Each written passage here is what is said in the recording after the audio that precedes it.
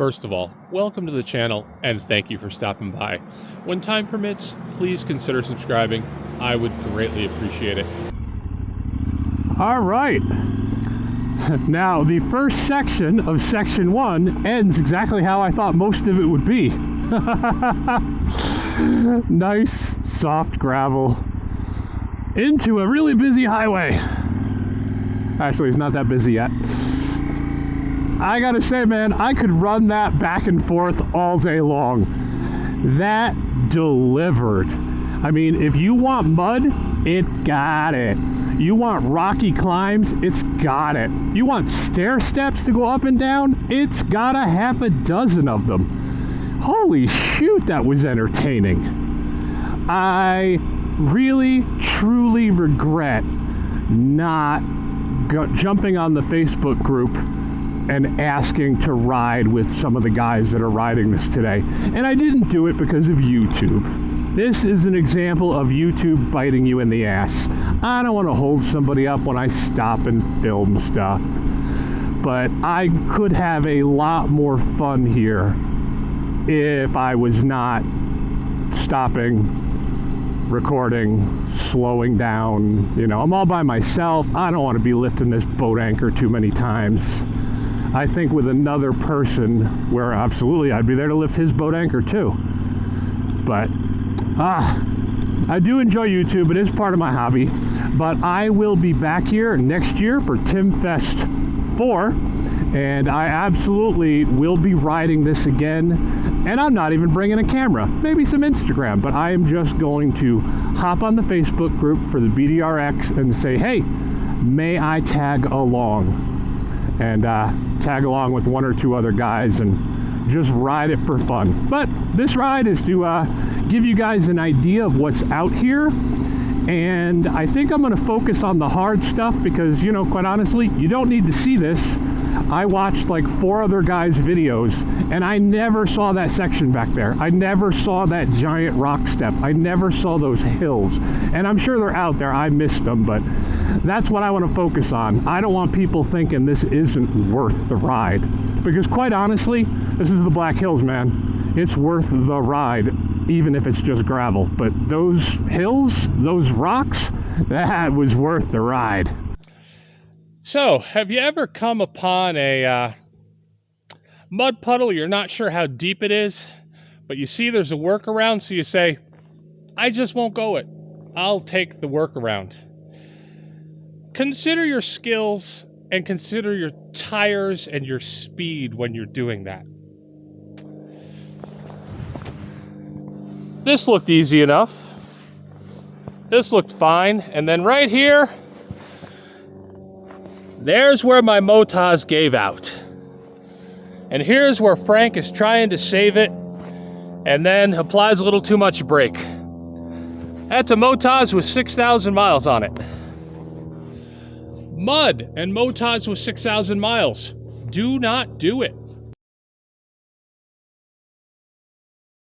As you can probably see behind me, the Easy BDRX Section 1 is kicking my ass and making me wish I had my 390 Adventure. Better choices could have been made. I was all the way to the right on here, hoping that I could avoid any depth, because this one does look deep. But unfortunately, I started sliding. I didn't catch it. I got off the power, so I fortunately was able to fall to the right and not into that. But this is going to be a joy to lift. This is lift 3. BDRX, great fun. Bring another person and make better choices.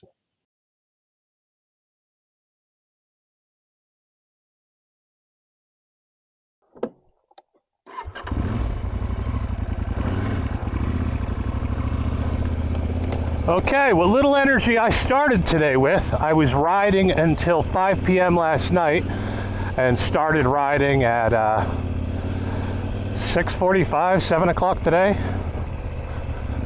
And that hole just took it out. Man, I hope that footage turns out because that was some luck. Good job on the bike's part. Good job with the side lugs. Without the giant side lugs on this Motaz, and I did criticize the Motaz earlier on rocks, but without those giant lugs on the side of this Motaz, there is no way I was getting that bike out of there.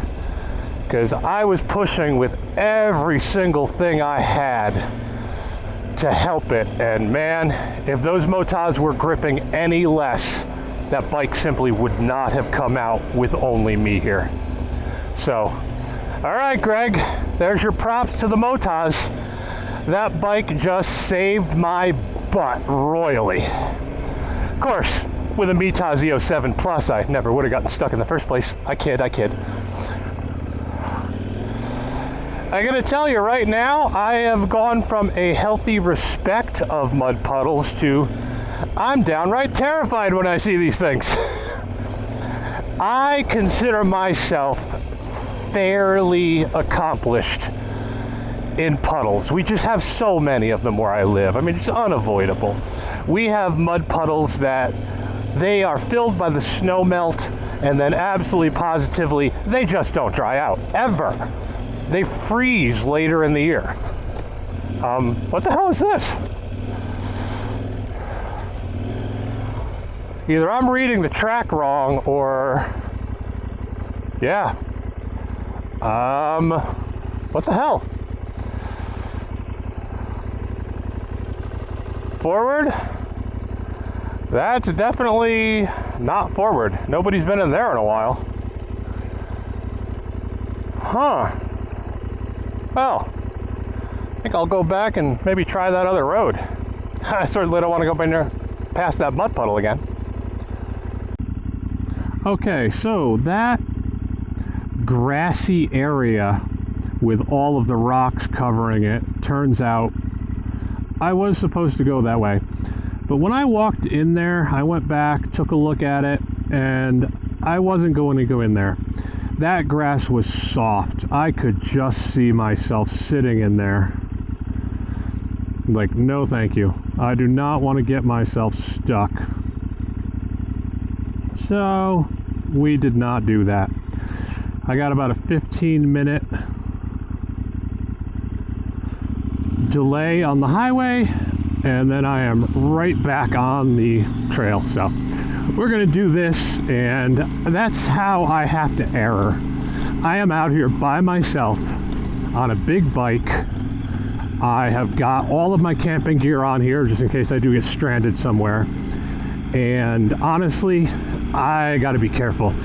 If I get to an area that looks like I'm gonna have a self-rescue problem, I just gotta bail and get back on at the next available spot.